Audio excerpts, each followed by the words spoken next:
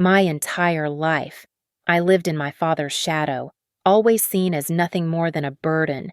But just one day after he threw me out of the house with $400 million in his hands, everything flipped upside down. I had discovered a secret he never saw coming, and it turned his contempt into desperate pleading. Sometimes the people who underestimate you the most are the ones who hand you the keys to their own destruction. My name is Rachel Monroe, and I should have known something was wrong when my father smiled at Grandpa Edward's funeral. The October wind cut through Cedar Hill Cemetery like a blade, sending yellow leaves skittering across the freshly turned earth. I stood there in my black dress, watching as they lowered the mahogany casket into the ground, trying to process that the only person who'd ever truly believed in me was gone forever. The small crowd of mourners huddled together against the cold, neighbors, a few business associates, the pastor from St. Mary's, all paying their respects to a man who'd spent 87 years making everyone around him feel valued. Everyone except my father, apparently. Gregory Monroe stood at the head of the grave with the posture of a politician who'd just won a landslide election.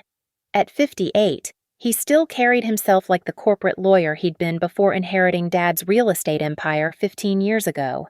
His gray suit was perfectly pressed, his silver hair immaculately styled despite the wind, and that smile, Christ, that smile, kept flickering at the corners of his mouth like he was fighting to contain his excitement. I'd seen that look before. It was the same expression he'd worn when he'd bought out his biggest competitor, when he'd crushed the union vote at the Pittsburgh development, when he'd systematically dismantled every piece of my self-worth throughout my 36 years on this earth. It was the look of a man who'd just acquired something valuable. "We are gathered here today," Pastor Williams began, his voice barely audible over the wind, "to celebrate the life of Edward Thomas Monroe, a pillar of our community." I tried to focus on the eulogy, on the stories of Grandpa's generosity and wisdom, but my eyes kept drifting to my father. He nodded at all the right moments, even managed to produce a tissue when Mrs.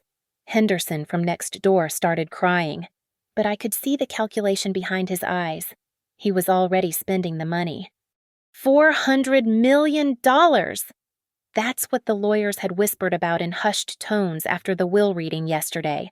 $400 million in real estate, investments, and cash that would pass to Gregory as the sole surviving son. Grandpa had built an empire from nothing, starting with a single apartment building in 1962 and growing it into one of Pennsylvania's largest property management companies. And now it all belonged to the man who'd never shown an ounce of the compassion or integrity that had made it possible. When the service ended, people began to drift away, murmuring condolences and shaking hands. I lingered by the grave, not ready to let go, when I felt a hand on my shoulder. "Time to go. Rachel." My father's voice carried that familiar tone of barely contained impatience. "We have business to discuss." I followed him through the cemetery gates to where his black Mercedes waited. The drive back to the family estate took 20 minutes, winding through the hills outside Cedar Hill where massive Victorian houses sat on sprawling lots like monuments to old money. The Monroe house, Grandpa's house, dominated the crest of Maple Hill, its 3 stories of red brick and white columns visible from the highway below. It had been my home for the first 18 years of my life, and my refuge during the difficult years after college when I'd struggled to find my footing in the world. Grandpa had always kept my room exactly as I'd left it, complete with my old textbooks and the telescope he'd bought me for my 16th birthday. Even after I'd finally gotten stable work as a financial analyst and moved to my own apartment in the city, I'd come back every Sunday for dinner, every holiday, every time life felt too overwhelming to handle alone. Now, standing in the marble foyer beneath the crystal chandelier that had hung there since 1928, I felt like an intruder. "Sit down," Gregory said, gesturing toward the leather armchair across from the massive oak desk in what had been Grandpa's study. He'd already moved his things in. I noticed his laptop, his files, his collection of legal awards, everything arranged as if he'd been planning this takeover for years, I perched on the edge of the chair, suddenly aware of how small I felt in this room that had once been my sanctuary. "I'll make this simple," he said, settling behind the desk with the satisfied air of a king claiming his throne. "The money is mine now, all 400 million of it, and frankly, Rachel, I think it's time you learned to stand on your own 2 feet." My stomach dropped. "What are you saying?" "I'm saying you've been living off the family charity long enough. You're 36 years old, for God's sake. Other people your age have careers, families, actual accomplishments. What do you have? A mediocre job analyzing other people's investments and an apartment you can barely afford without Dad's help." The words hit like physical blows. It was true that Grandpa had helped with my student loans, had quietly paid the security deposit on my current apartment, had slipped me cash during the lean months when clients were scarce. But I'd been working, trying, building something.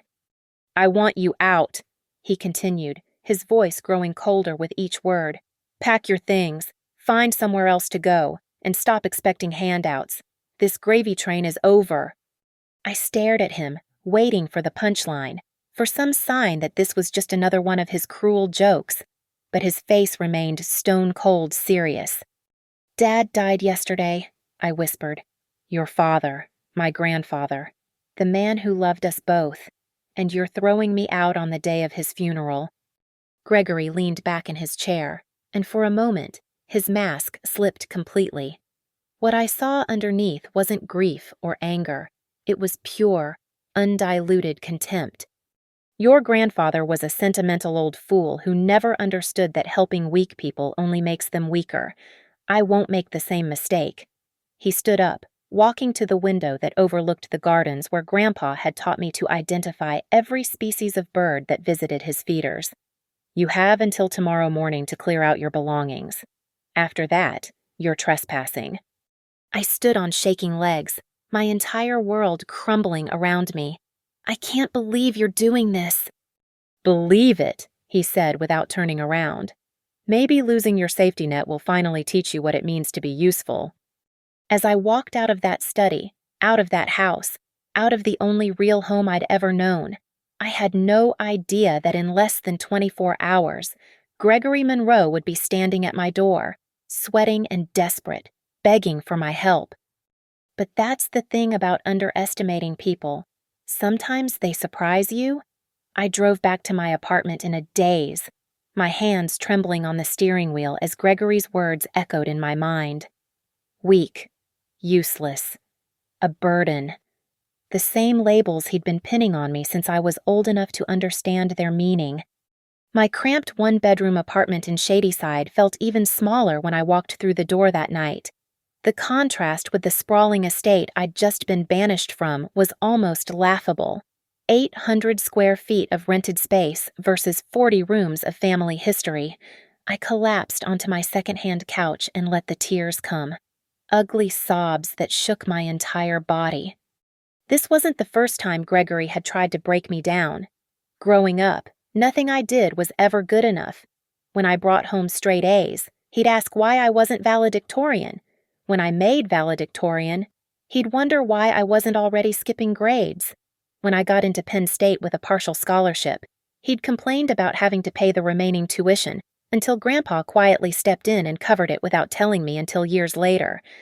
The pattern had continued into adulthood. When I'd struggled to find work after graduation during the recession, Gregory had made sure I knew exactly how disappointed he was in my lack of initiative.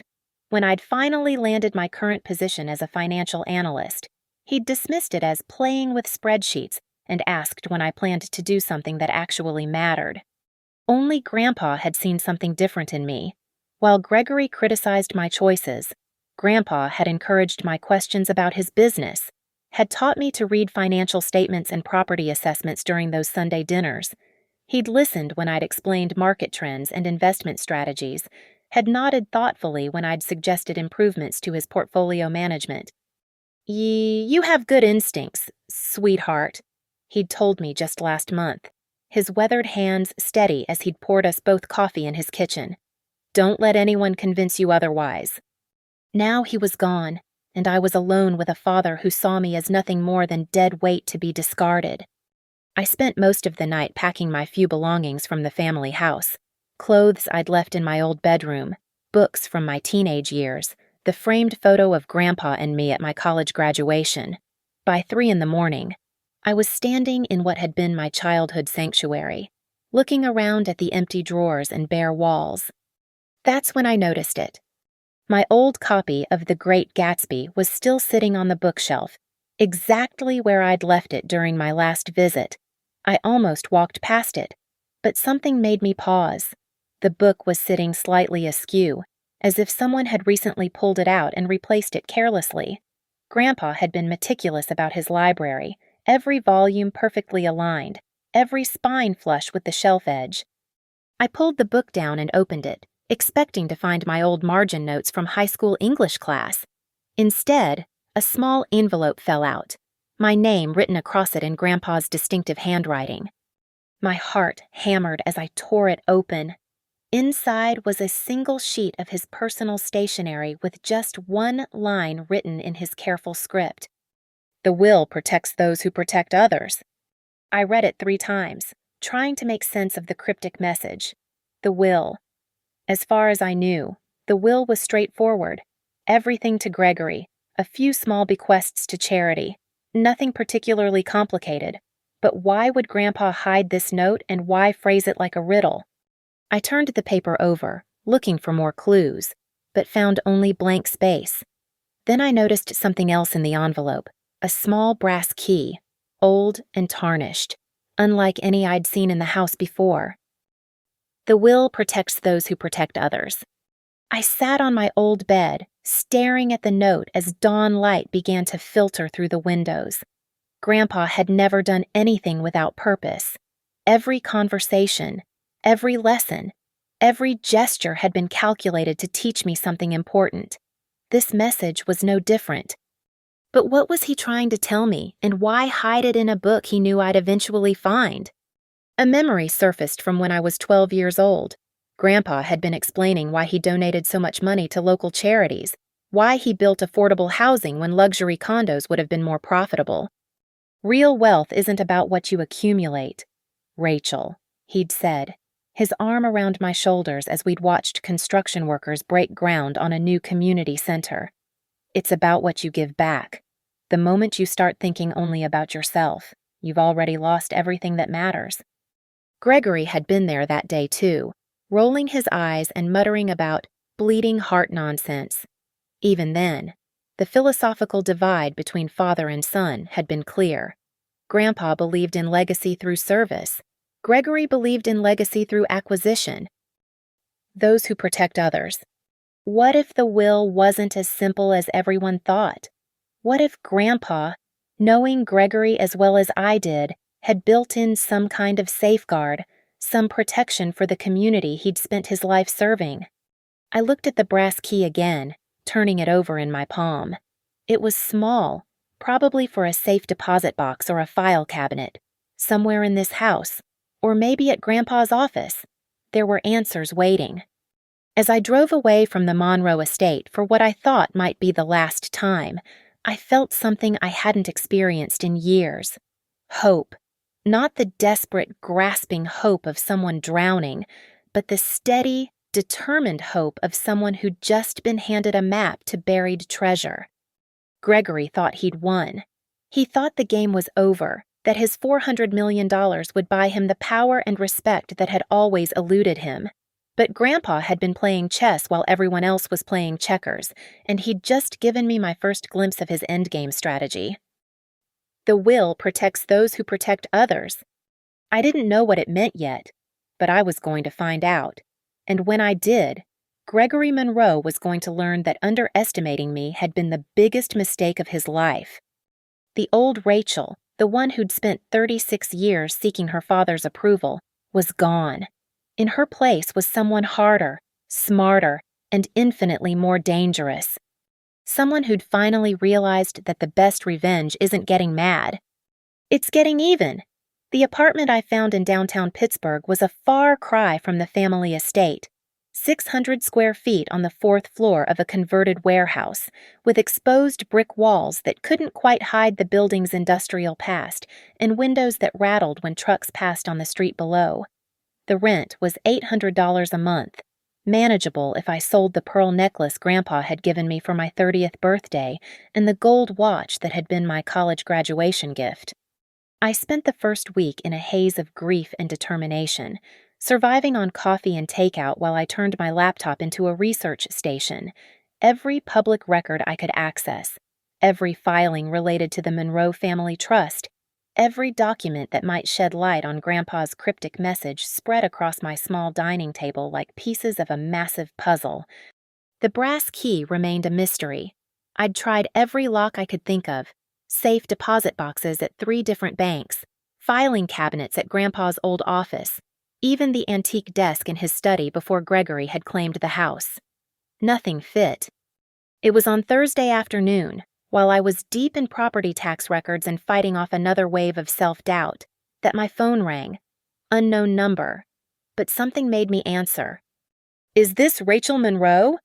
The voice was professional, female, with a slight southern accent. "Yes. Who's this?" "My name is Marissa Cole. I was your grandfather's attorney. Well, one of them. I handled his estate planning and trust arrangements. I was hoping we could meet." My pulse quickened. "I thought Jeffrey Williams was handling the estate." "Mr. Williams is handling the probate and general administration. Yes, but there are additional matters that require discussion. Matters your grandfather specifically wanted me to address with you personally." I gripped the phone tighter. "What kind of matters?" "The kind that are better discussed in person. Are you available tomorrow morning? Say, 10 o'clock? Her office was in a sleek glass tower on Grant Street, the kind of building where serious money went to make more serious money. Marissa Cole turned out to be a woman in her early 50s with sharp eyes behind designer glasses and the kind of confident handshake that told you she'd never lost a case she cared about winning. "Your grandfather was a remarkable man," she said, settling behind her mahogany desk. "And a very careful one. He came to me 18 months ago with some specific concerns about his estate planning." "What kind of concerns?" She opened a thick file folder and pulled out several documents. "He was worried about your father's intentions regarding the family business and community investments. Edward had built his entire legacy around responsible development and community service. He was afraid that Gregory would take a different approach." I leaned forward. "Different how?" "Liquidation, profit maximization, the kind of short-term thinking that would dismantle everything Edward had spent 60 years building." She slid a document across the desk. "So he put certain protections in place." The document was titled Monroe Family Community Trust, Supplemental Provisions. As I read, my hands began to shake. The $400 million wasn't a simple inheritance. It was structured as a community development trust, with Gregory named as primary trustee, but only if he completed a specific community project within 18 months of Edward's death. The project had to provide measurable benefit to the local community and had to be managed jointly by Gregory and a co-trustee with financial oversight authority. The co-trustee was me? "I don't understand," I said, reading the clause again. "This says Gregory can't access the principal without my signature on all major expenditures." "That's correct, and if the community project isn't completed to the satisfaction of an independent review board, or if either trustee withdraws from the arrangement," she pointed to a paragraph near the bottom, "50% of the assets transfer to established local charities, and 50% transfers to the remaining trustee." The remaining trustee, which would be me if Gregory decided he couldn't work with the constraints. "Why didn't this come up during the will reading?" "Because technically, this isn't part of the will. It's a separate trust document that only becomes active if certain conditions are met. Those conditions were met the moment your grandfather died." She pulled out another paper. "This is the community project he had in mind. Riverfront redevelopment in the Hill District. Low-income housing, job training center, community market. Estimated cost $40 million. My mind raced through the implications. Gregory thought he had $400 million to do whatever he wanted with. In reality, he had access to a trust fund that came with more strings than a marionette. He knows none of this. Mr. Williams was instructed to inform him today at 5 o'clock, after I'd had a chance to meet with you. Marissa glanced at her watch. That was about 2 hours ago. I thought about my father, probably sitting in his newly claimed office, imagining all the ways he could spend his windfall. The shock of learning the truth would be devastating, not just financially, but to his ego. Gregory Monroe, the man who'd spent his entire life believing he was smarter than everyone around him, had been outsmarted by his own father. "There's one more thing," Marissa said, pulling out a small envelope. "Your grandfather left this for you." Inside was a safety deposit box key. Brass, old, exactly matching the one I'd found in the book. Along with it was a note, Box 1247 First National. Everything you need to know is waiting. He was very specific about the timing, Marissa continued. He wanted you to have all the information before Gregory learned about the restrictions. He said you'd need time to prepare. Prepare for what? I wondered.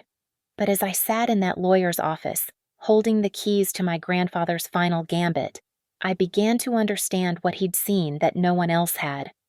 Gregory's greatest weakness wasn't his greed or his arrogance. It was his absolute certainty that he was the smartest person in every room. He'd spent so many years underestimating me, dismissing me, treating me like a burden, that he'd never considered I might be capable of fighting back. But Grandpa had seen something different. He'd seen someone worth investing in, someone worth protecting, someone worth trusting with the most important decision of his legacy. "What happens if I say no?" I asked. "If I refuse to be co-trustee?" "Then the entire trust dissolves immediately and all assets go to charity. Your father gets nothing." I thought about Gregory's smug satisfaction at the funeral, his cold dismissal as he'd thrown me out of the family home, his lifetime of casual cruelty disguised as tough love. "And if I say yes?" Marissa smiled for the first time since I'd walked into her office. "Then you hold half the power over $400 million, and your father has to work with you whether he likes it or not." Outside the office windows, Pittsburgh's skyline stretched toward the horizon, a city built by people who understood that real strength came from lifting others up, not tearing them down. Grandpa had spent his life embodying that principle, and now he was asking me to carry it forward. The choice was mine. I could walk away, let Gregory learn his lesson the hard way, and start fresh somewhere else. Or I could step into the ring and fight for everything Grandpa had built, everything he'd believed in. As I headed for the elevator, my phone buzzed with a text from an unknown number. "We need to talk. Now. Gregory." I smiled as I typed back, "Tomorrow morning, 10 a.m. my place." The game was about to begin, and for the first time in my life, I was holding all the cards. The knock came at exactly 10 a.m. 3 sharp raps that somehow managed to sound both demanding and desperate. I'd been awake since 6, fortified with coffee and the contents of Grandpa's safety deposit box, documents that had filled in every remaining gap in my understanding of his master plan. Through the peephole, I could see Gregory pacing in the narrow hallway, his usually perfect appearance showing cracks. His tie was slightly askew, his hair mussed as if he'd been running his hands through it, and there was a sheen of perspiration on his forehead despite the October chill. I waited 10 seconds before opening the door. Let him sweat a little longer. "Rachel." His voice was carefully controlled, but I could hear the strain underneath. "Thank you for agreeing to meet." I stepped aside to let him in, watching as he took in my modest apartment with barely concealed distaste. The exposed brick walls, the second-hand furniture, the single window that faced an alley instead of manicured gardens. Everything about this place screamed failure to a man who measured worth in square footage and property values. "Coffee," I offered, moving toward the kitchenette. "No, thank you." He remained standing near the door, as if sitting down would somehow acknowledge the legitimacy of my living situation. I think we both know why I'm here. Actually, I'm not sure I do.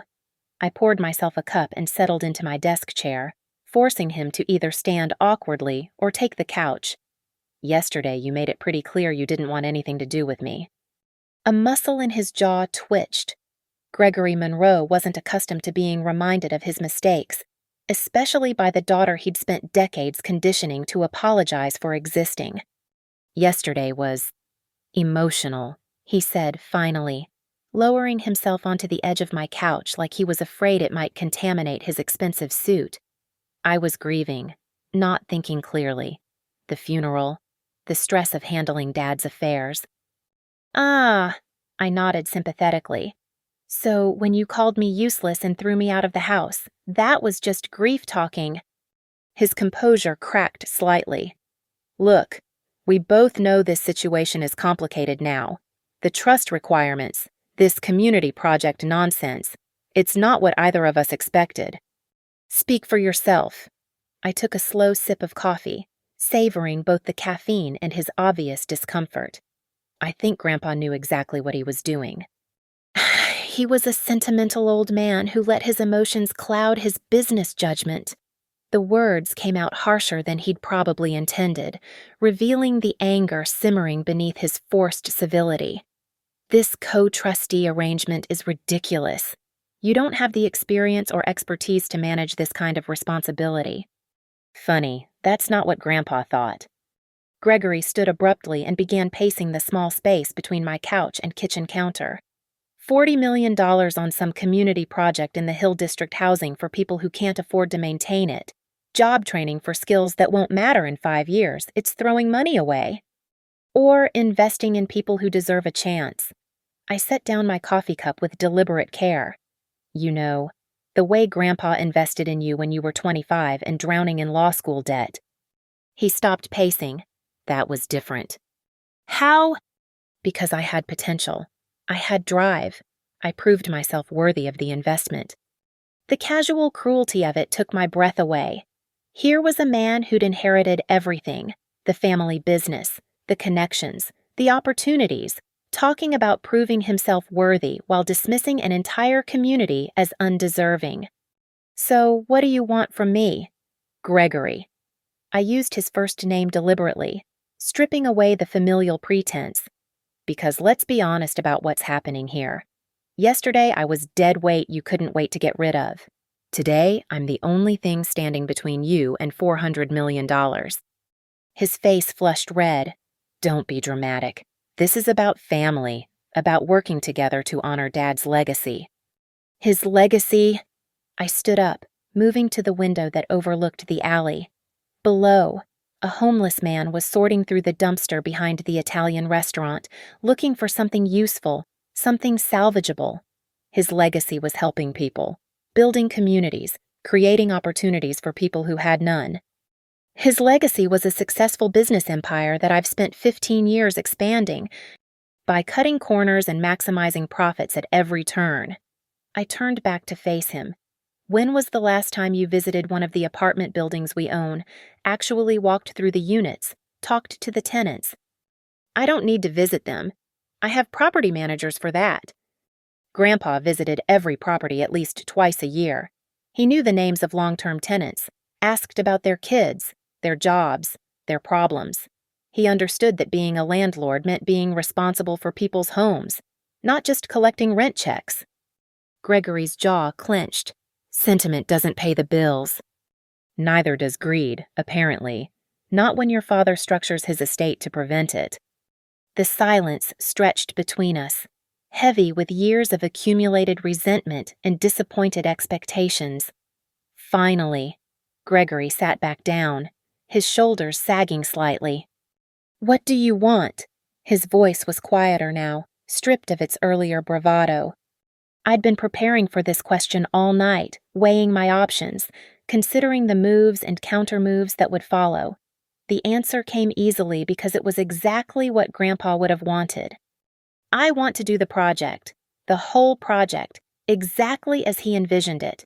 $40 million to revitalize the Hill District, create affordable housing, provide job training and community resources. And then we'll see what happens next. His eyes narrowed. That's not an answer. It's the only answer you're getting right now. I walked to the door and opened it. You have a choice. Gregory, work with me to honor Grandpa's vision, or watch $400 million disappear into charity coffers. Either way, your days of treating me like disposable family are over. He stood slowly, his face cycling through rage, calculation, and something that might have been respect. You realize you're gambling with hundreds of millions of dollars. No, I said, thinking of Grandpa's final note, his quiet confidence in my ability to carry forward what he'd started. I'm investing in something he believed was worth fighting for. Gregory paused in the doorway, his mask of civility finally slipping completely. You think you've won something here, don't you? You think this changes anything between us? I think, I said, meeting his gaze steadily, that you're about to find out what it feels like to need me more than I need you. He left without another word, his footsteps echoing angrily down the stairwell. I closed the door and leaned against it, my heart hammering with adrenaline and something I hadn't felt in years, the intoxicating rush of holding real power. 24 hours ago, I'd been a burden he couldn't wait to discard. Now I was the gatekeeper to his dreams of wealth and dominance. Grandpa had always said that the best revenge was living well, but sometimes I was beginning to understand. Living well meant making sure the people who'd tried to bury you had to watch you bloom. The war began 3 days later in Marissa Cole's conference room, where Gregory arrived with his own attorney, a shark-faced man named Robert Kessler who specialized in breaking trusts and had probably cost more per hour than most people made in a month. I'd spent those 3 days poring over every document in Grandpa's safety deposit box, understanding not just the legal framework he'd created but the psychological warfare he'd anticipated. Edward Monroe had known his son better than Gregory knew himself, and he'd left me a roadmap for every argument, every manipulation, every desperate move Gregory would make. This arrangement is unconscionable, Kessler announced before he'd even fully settled into his chair. My client is the rightful heir to the Monroe estate, and this trust structure represents an unfair constraint on his inheritance rights. Marissa didn't look up from her notes. Your client's father had every legal right to structure his estate however he chose. The trust was properly executed, witnessed, and filed according to Pennsylvania law. Under duress, Edward Monroe was examined by 3 independent physicians in the months before his death. I interrupted, sliding a folder across the table. All confirmed his mental competency. He also video recorded his intentions with 2 different law firms. Would you like to see the recordings? Gregory's face had gone an interesting shade of purple. This is blackmail. This is estate planning. I opened my own folder, revealing the agreement I'd spent 2 days crafting with Marissa's help. But if you'd prefer to call it blackmail, we can discuss that too. The document was beautiful in its simplicity. A 3-page contract that would formalize our working relationship and establish the ground rules for accessing the trust funds. Gregory would have to sign it before a single dollar could be released. Joint decision-making authority on all expenditures over $10,000, Kessler read aloud, his voice dripping with disdain. Monthly progress reports to an independent oversight committee. Equal signatory power on all bank accounts and contracts.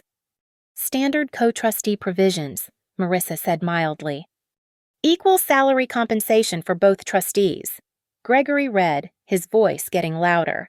Rachel Monroe to receive $50,000 annually plus expenses for the duration of the project. I'll be working full-time on this, I explained. I have bills to pay. Living expenses to be covered by the trust, including housing allowance of $4,000 monthly. His hands were shaking now. You want me to pay for your apartment? I want the trust to pay for appropriate housing for both trustees.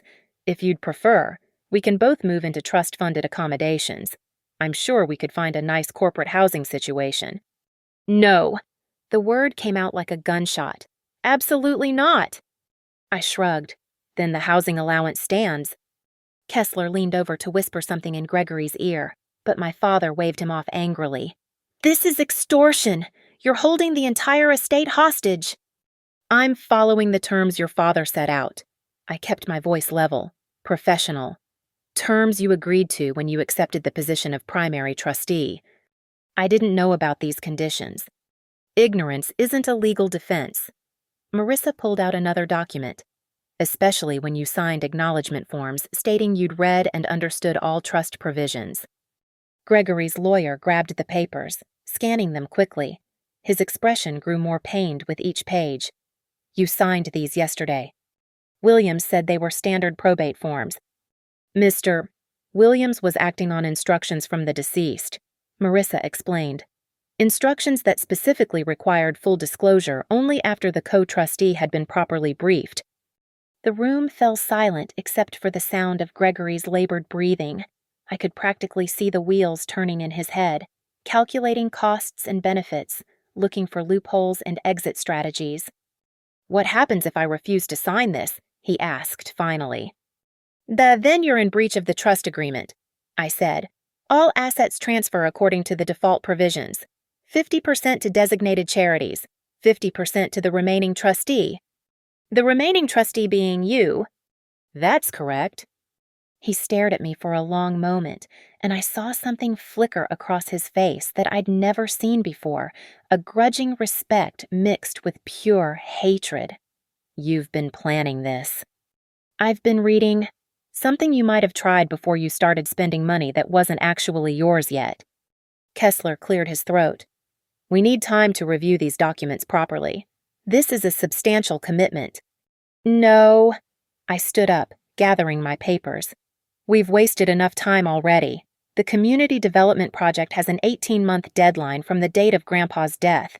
We're already down to 17 months and 3 weeks. You can't impose arbitrary deadlines. I'm not imposing anything. I'm simply pointing out that every day Gregory spends trying to wiggle out of his responsibilities is a day we lose from an already tight timeline. I slid a business card across the table. This is the project manager I've hired, former Army Corps of Engineers, 20 years experience in urban development. She's expecting to hear from us by Friday. Gregory's face went white. You hired someone with what money? My own money, which I'll be reimbursed for by the trust once we have proper access to the funds. I smiled sweetly. Unless, of course, you'd prefer to let the whole thing collapse and lose everything. This is insane, he muttered, but he was reaching for the pen. This is business, I corrected. The kind Grandpa understood, where everyone benefits instead of just the person at the top. He signed with sharp, angry strokes, his signature looking like it was trying to tear through the paper. When he finished, he threw the pen down and glared at me. Don't think this changes anything between us. Oh, but it does. I collected the signed documents, feeling lighter than I had in months. It changes everything, because now, for the first time in my life, you need me more than I need you. This won't last forever. Rachel, projects end, trusts dissolve, and when this is over... Well, when this is over, I interrupted, we'll have built something meaningful, something that helps people, something Grandpa would be proud of. I stood up, slinging my purse over my shoulder. Whether you're proud of it or not doesn't matter to me anymore. As I walked out of that conference room, I could feel Gregory's rage burning into my back like a physical force. But for the first time in 36 years, his anger couldn't touch me. I had armor now, legal protection, financial independence, and most importantly, a purpose that extended beyond seeking his approval. The girl who'd spent her life trying to earn her father's love was gone. In her place was a woman who'd discovered something far more powerful, the ability to protect others the way Grandpa had always protected her. Gregory could hate me all he wanted, but he was going to work with me whether he liked it or not. And somewhere, I was certain, Edward Monroe was smiling. The construction site hummed with activity by 7:30 every morning, and I made sure to be there by 7. The Hill District riverfront had been an eyesore for decades. Abandoned lots, crumbling infrastructure, the kind of urban decay that people drove past without really seeing. Now it was becoming something beautiful. Sarah Martinez, the project manager I'd hired, turned out to be worth every penny of her substantial fee. She ran the site like a military operation, coordinating subcontractors, managing timelines, and somehow keeping everything on budget despite Gregory's constant attempts at interference. "Morning, boss," she called out as I picked my way across the muddy ground in my work boots. 6 months into the project, I'd learned that heels and construction sites didn't mix. We've got the foundation poured for Building C, and the electrical crew is ahead of schedule on the community center. I surveyed the progress with satisfaction. Where empty lots had stood in November, we now had the skeletal frames of affordable housing units rising toward the spring sky. The community center was taking shape near the riverbank, its large windows designed to flood the interior with natural light. In the center of it all, the job training facility was already functional, offering classes in construction, food service, and basic computer skills. "Any word from Mr. Monroe this morning?" Sarah asked, her tone carefully neutral. Gregory had made exactly 3 site visits in 6 months, each one a masterclass in passive-aggressive sabotage. He'd question every decision, demand explanations for every expense, and generally make everyone uncomfortable with his obvious disdain for what we were building. "He's reviewing the quarterly budget," I said, checking my phone for messages. "Again?" What Gregory hadn't counted on was how quickly I'd learned to play his own game. Every contract required both our signatures, which meant he couldn't make unilateral changes. But it also meant I could hold up his preferred vendors, the ones who cut corners and overcharged, while pushing through partnerships with companies that prioritized quality and community employment. "Ms. Monroe." One of the construction workers approached, his hard hat tucked under his arm. "I wanted to thank you for recommending my nephew for the electrical apprentice program. He started last week and he's already talking about maybe going back to school." "That's wonderful, Carlos. Tell him I said to keep up the good work." These were the moments that made all of Gregory's hostility worthwhile. Real people getting real opportunities, families finding stability, a community being rebuilt one job and one home at a time. It was exactly what Grandpa had envisioned, and exactly what Gregory couldn't understand. My phone buzzed with a text from Marissa. "Channel 4 wants to do a feature story on the project. Interested." I typed back quickly, "Set it up. Maximum publicity." That had been another of Grandpa's strategic decisions. I'd realized the more public attention the project received, the harder it would be for Gregory to sabotage it without damaging his reputation. And Gregory cared about his reputation almost as much as he cared about money. The media attention had started small, a mention in the Pittsburgh Post-Gazette's community development section, a brief segment on the local evening news. But as the project progressed and results became visible, the coverage grew. Suddenly, we were the feel-good story that reporters loved, the father-daughter team working together to transform a neglected neighborhood. If only they knew the truth. "Ms. Monroe." Sarah was looking at me with concern. "You've got that expression again." "What expression?" "The one that says your father is about to try something stupid." I laughed despite myself. Sarah had Gregory's number after their first meeting, when he'd suggested we could save money by using cheaper materials for the low-income housing units. Her response, delivered in the kind of steel-edged voice that had probably terrified Army recruits, had made it clear that substandard work wasn't happening on her watch. "He's been too quiet lately," I admitted. "No complaints about the budget, no surprise visits from his lawyer. It makes me nervous." "Maybe he's finally accepting that this is actually working." I gestured toward the bustling construction site, where workers from the neighborhood labored alongside union crews and recent graduates from our job training program. The community garden was already producing vegetables. The small business incubator had its first 3 tenant companies, and the riverfront walkway was becoming a place where families actually wanted to spend time. "Gregory doesn't accept things that prove him wrong," I said. "He finds ways to twist them into vindication of his original position." as if summoned by my words. Gregory's Mercedes pulled up to the construction trailer that served as our temporary office. He emerged wearing a designer suit completely inappropriate for a muddy construction site, his expression grim. "Good morning, Gregory," I called out cheerfully. "Come to see how your investment is paying off." He stalked toward me, his Italian leather shoes squelching in the mud with each step. "We need to talk, privately." Sarah took the hint and moved away, but I could see her positioning herself within earshot. Gregory might be my co-trustee, but the construction crew had made it clear whose side they were on.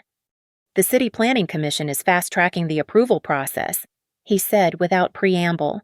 "They want to showcase the project as a model for future development." "That's wonderful news."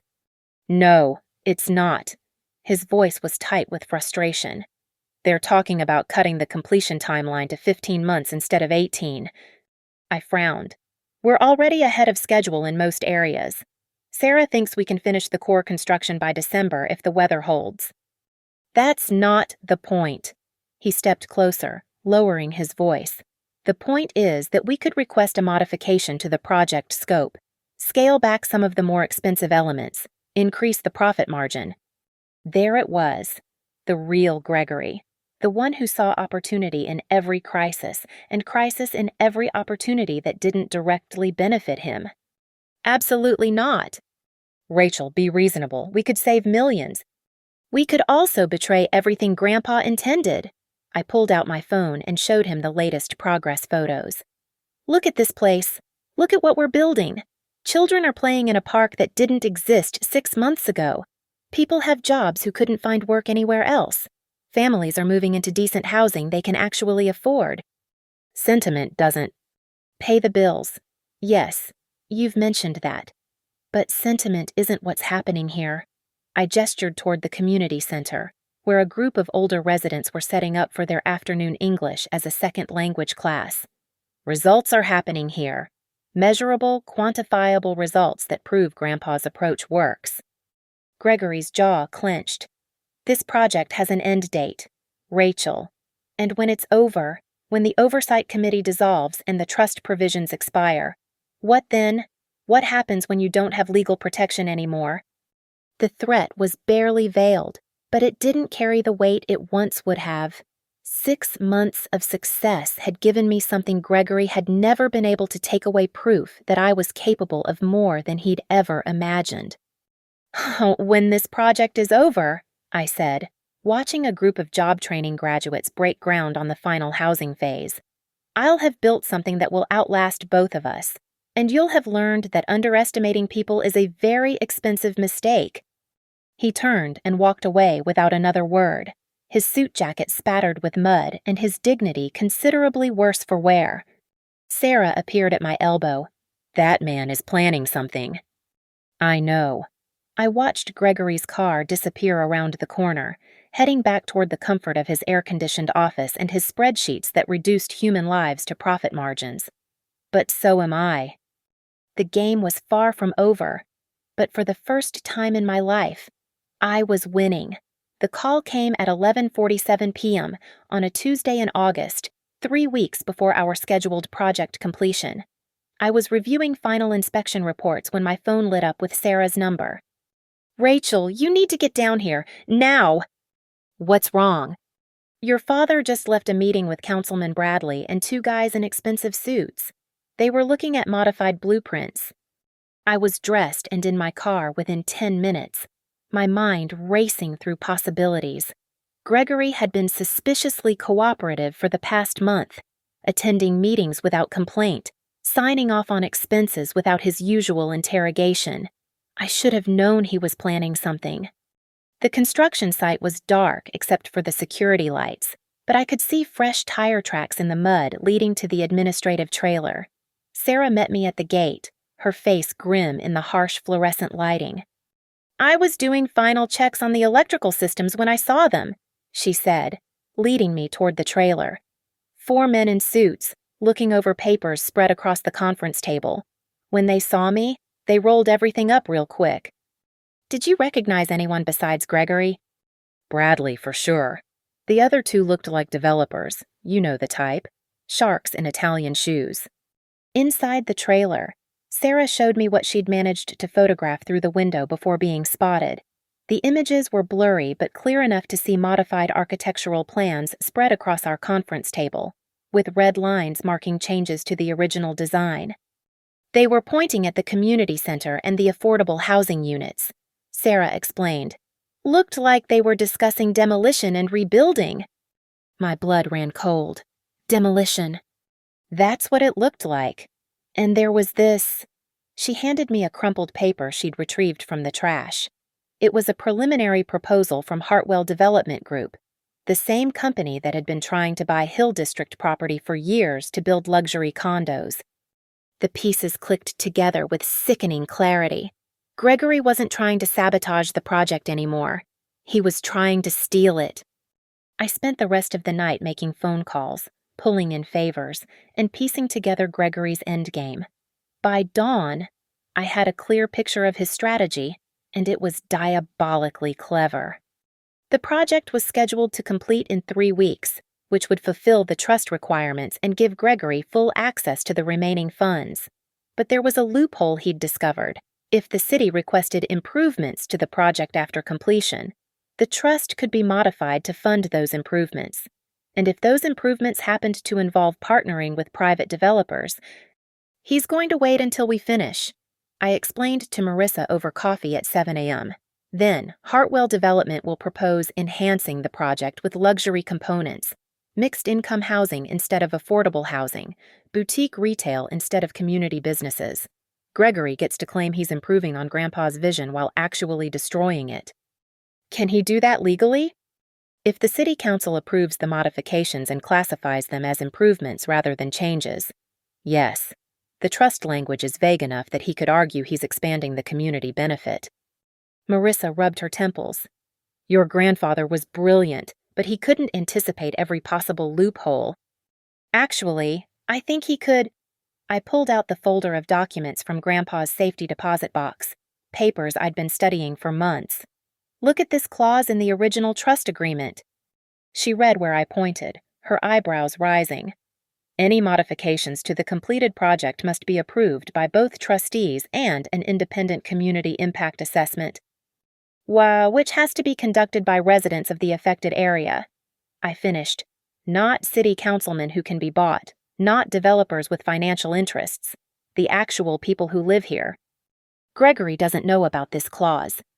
I don't think so. It's buried in subsection 12 of the community benefit provisions. His lawyer probably skimmed right over it. But even with legal protection, I knew Gregory wouldn't go down without a fight. And sure enough, at 9 a.m., Channel 4 News ran a story about exciting developments in the Hill District project, featuring interviews with Councilman Bradley and a slick representative from Hartwell Development. The Monroe family has shown incredible vision in this initial phase, the Hartwell spokesman was saying. We're honored to be partnering with them to take this project to the next level, bringing in retail opportunities and mixed-income housing that will benefit the entire Pittsburgh community. Gregory appeared on camera, looking every inch the benevolent patriarch, humble but proud of his family's contribution to urban renewal. My father always believed in thinking big, he said with practiced sincerity. We're simply following his vision to its logical conclusion. The story painted him as a visionary leader who'd inherited his father's philanthropic spirit and improved upon it with modern business acumen. Not a word about me, about the months I'd spent managing every detail of construction, about the community relationships I'd built from scratch. My phone started ringing immediately. Sarah, furious about the blind side. Marissa, concerned about legal implications. Community leaders who'd worked with me for months, confused about these sudden changes they'd never heard about. But the call that mattered most came at noon from Angela Washington, the president of the Hill District Residents' Council. Rachel, honey, what the hell is going on? I just had some slick developer calling me about exciting improvements to our project. Since when do we need improvements? Since my father decided to cash in on Grandpa's legacy, I said. But Angela, I need you to trust me. Can you get the Residents' Council together tonight emergency meeting? Of course. But what are you planning? I looked out my apartment window toward the construction site, where workers were putting finishing touches on buildings that were supposed to serve the community, not gentrify it out of existence. I'm planning to remind everyone, including my father, that this project belongs to the people it was built for, not the people who want to profit from it. You got something up your sleeve? Grandpa did. I'm just finally understanding how to use it. That evening, I stood before a packed community center, the same building Gregory wanted to improve into something the current residents could no longer afford to use. Families I'd worked with for months, construction workers who'd built their own neighborhood's future, small business owners preparing to open shops in our commercial spaces. These were the people Grandpa had trusted to make the final decision about his legacy.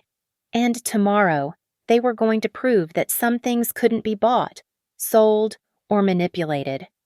Even by Gregory Monroe, the dedication ceremony was scheduled for 2 p.m. on a crisp September afternoon, and by 1:30, the riverfront was packed with more people than I'd ever seen in the Hill District. Families picnicked on the new grass, children played on the playground equipment, and local business owners set up booths showcasing products from our entrepreneurship program. Gregory arrived in his Mercedes at exactly 2 o'clock, flanked by the Hartwell Development representatives and Councilman Bradley. He'd clearly expected a small, manageable crowd that he could charm with his practiced speeches about community partnership and visionary leadership. Instead, he found 300 residents, a dozen news crews, and a very different narrative than the one he'd been crafting. "Ladies and gentlemen," Angela Washington's voice boomed through the sound system as she took the makeshift stage we'd erected near the community center. "Welcome to our celebration of the Hill District Community Development Project, a dream that became reality because of one man's vision and one woman's determination to see it through." I stood off to the side, watching Gregory's face as Angela began telling the real story. How Edward Monroe had spent decades building relationships in this neighborhood, how he'd specifically structured his legacy to ensure community voices would be heard, how his granddaughter had honored that vision by working alongside residents every step of the way. "Now, we understand there are some folks who want to make changes to our project," Angela continued, her voice carrying the authority of someone who'd lived in this neighborhood for 40 years. "They call them improvements. They want to bring in luxury housing and upscale retail, push out the affordable units and small businesses we fought to include." Murmurs of discontent rippled through the crowd. These were people who'd been promised a community built for them, not despite them. "But here's the thing," Angela smiled, pulling out a document. "Edward Monroe was smarter than these developers think. He gave us the final say." She read the relevant clause aloud, her voice carrying clearly across the crowd. Any modifications to the completed project required approval from an independent community impact assessment conducted by actual residents, not politicians, not developers, not even trustees. "So, right now, we're going to vote," Angela announced. "All in favor of keeping our project exactly as Edward Monroe envisioned it: affordable housing, community businesses, resources for our families. Raise your hands." A forest of hands shot into the air. I counted quickly, at least 250 people, a clear supermajority of the affected community. All in favor of the proposed modifications: luxury condos, boutique retail, mixed-income housing that prices out the people who live here now. Silence. Even the Hartwell representatives looked uncomfortable as hundreds of pairs of eyes turned toward them. "Motion carries," Angela declared to thunderous applause. "Our community has spoken." I watched Gregory's face cycle through disbelief, rage, and something that might have been grudging respect. His carefully orchestrated coup had just been demolished by the very legal framework his father had created. But the moment that made everything worthwhile came next, when Angela called me to the stage. "This project exists because Rachel Monroe spent 9 months of her life living and breathing our vision," she said, her arm around my shoulders. While some people saw this neighborhood as a profit opportunity, she saw it as home to families who deserved better. She fought for every affordable unit, every community program, every job training slot. The applause was deafening.